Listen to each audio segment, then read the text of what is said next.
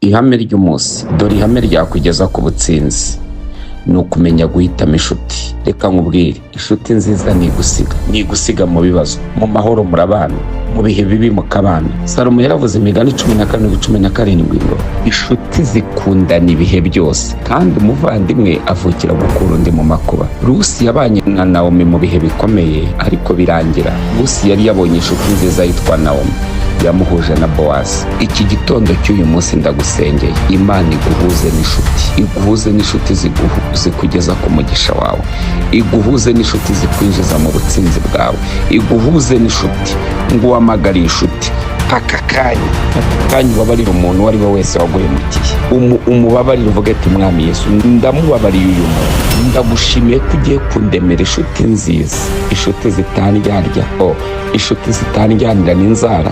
Abo bantu Imana irabafite mu buzima bwawe. Reka nkubwire, Imana igiye kuguha ubwenge na mwuka wera, ugiye kumenya kubahitamo. Akira inshuti y'umugisha, akira inshuti mugiye kugendana 2025 mugakomezanya n'indi myaka yose zaza. Yakire mu izina rya Yesu. Nikiriza ngo amen. Shoje nkubwira ngo ibukuriwe kuko biri mu bigize amahame. Shalom.